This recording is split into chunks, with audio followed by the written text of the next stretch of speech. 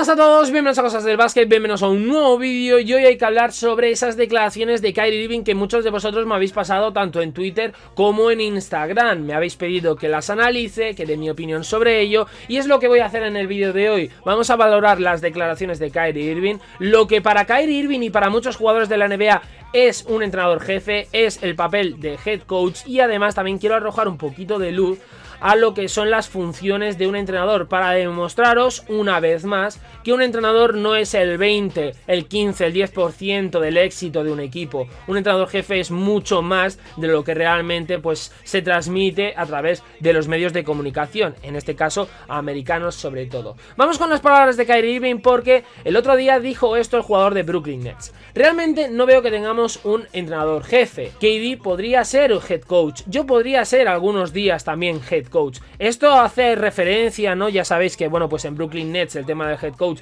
ha estado a la orden del día con el despido de Kenny Atkinson y con la llegada de Steve Nash. Hay muchas dudas sobre Steve Nash, sobre qué tipo de entrenador va a ser, si más gestor, más táctico, cómo va a jugar su equipo, y también se ha hablado mucho sobre las hipotéticas relaciones que están entablando KD y Kyrie Irving con Steve Nash. Esto se ha hablado mucho, se está, bueno, pues especulando, hay muchos rumores, la relación parece que es buena, pero estas declaraciones de Kyrie Irving, y sé que muchos vais a decir que tengo algo en contra de KD, de Kyrie Irving, de Brooklyn Nets, porque en el vídeo anterior que hice sobre los Nets hubo algunos comentarios que decían esto directamente, pero realmente yo no tengo nada en contra, o sea, no tengo nada ni en contra de Kyrie, ni en contra de KD, ni en contra de Brooklyn Nets. Lo único que me parece es preocupante ver este tipo de declaraciones, porque al final lo que se muestra es un claro desprestigio a la figura del entrenador. Lo que yo veo aquí es que Kyrie Irving y Kevin Durant, porque luego Kevin Durant también hay que destacar la frasecita, porque hay una frasecita de Kevin Durant donde dice: Bond puede ser entrenador algún día porque es un esfuerzo colaborativo. Vuelvo a repetir, esto finalmente demuestra lo que vengo diciendo yo en todos los vídeos cada vez que hablo de Brooklyn Nets. Lo único que demuestra es que hay dos jugadores, en este caso Kyrie Irving y Kevin Durant,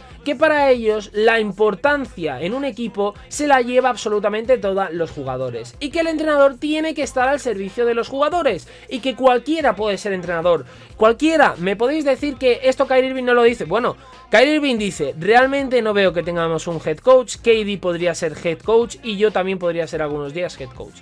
Esto lo que transmite Kyrie Irving es que cualquiera puede ser entrenador, y para mí esto es preocupante. Y es preocupante desde el punto de Kyrie Irving. Para Kyrie Irving, ¿qué es un head coach? Yo tengo mucha curiosidad, o sea, a mí me encantaría preguntar a Kyrie Irving: Kyrie, ¿para ti qué significa ser head coach? ¿Para ti qué importancia tiene en el equipo un entrenador bueno, un entrenador malo? O sea, es preocupante, por ejemplo, para mí, desde el mismo minuto de que se habla, por ejemplo, de Tyronn Lue como head coach, tanto de Clippers como de Brooklyn Nets, porque se habló de Tyronn Lue como de Brooklyn Nets. Entonces, ¿para qué quieren los jugadores, por ejemplo, un entrenador como Tyronn Lue? Porque Tyronn Lue es gestor. O sea, yo lo que estoy viendo aquí es que cuando se habla, ahora mismo se está hablando de que el gran favorito para el banquillo de los Clippers es Lue.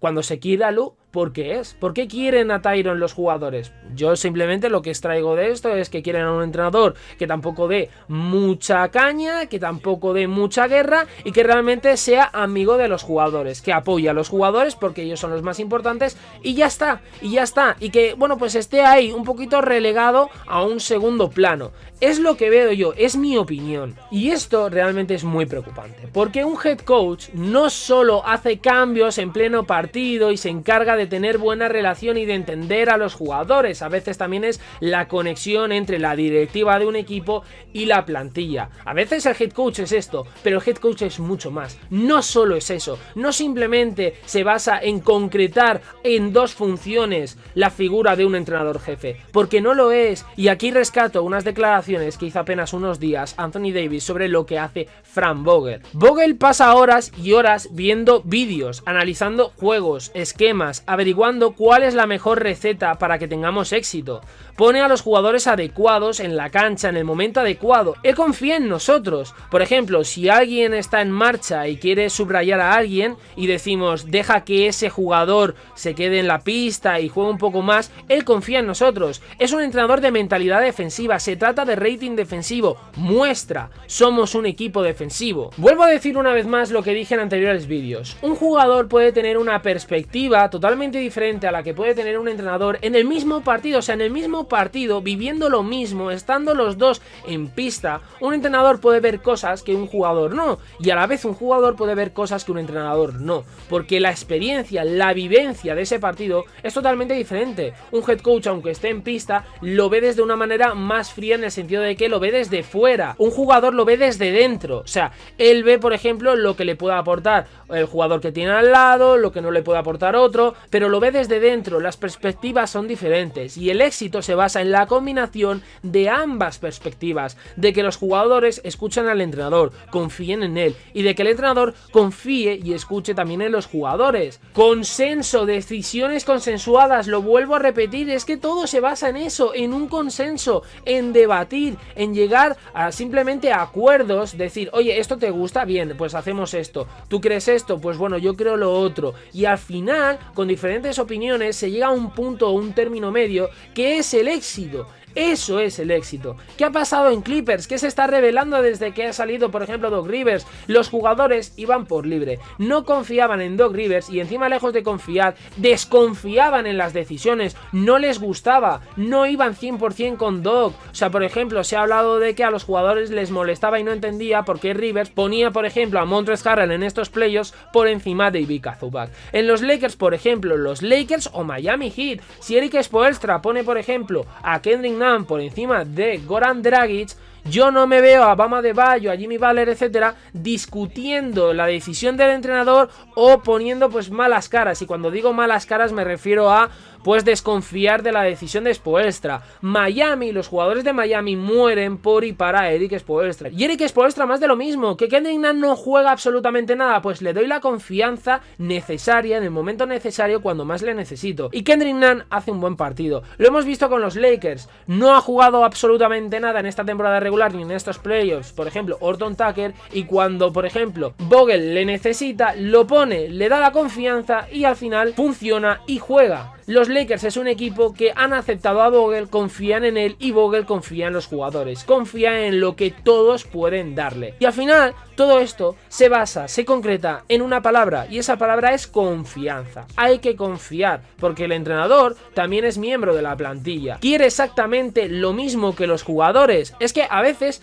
el entrenador, lo que veo por parte de algunos jugadores, es que se ve como una figura totalmente apartada, casi de villana, que va en contra muchas veces de los jugadores, que no les entiende, que hay que comprenderles, que no, que al final esto se basa en consenso. Y esto lo hemos visto, por ejemplo, en muchos equipos, en los Utah Jazz de Stockton, Malone, liderados por Sloan. Es así, o sea, para mí, lo voy a decir claramente, Jerry Sloan era más importante que Karl Malone, que obviamente los jugadores son los que tienen que meter las canastas, pero es que de verdad no me cansaré de repetirlo. Las tácticas, las estrategias, los ajustes y el desarrollo de los jugadores se lleva por la figura del entrenador. Por la figura del entrenador. Esto es así. Ha habido muchos jugadores que en un equipo no funciona, pero luego van a otro y se salen, simple y llanamente porque ha habido un entrenador que les ha comprendido, que les ha sabido analizar, que les ha sabido entender su juego y cómo puede, pues bueno, incluirse en ese equipo donde está jugando en ese momento.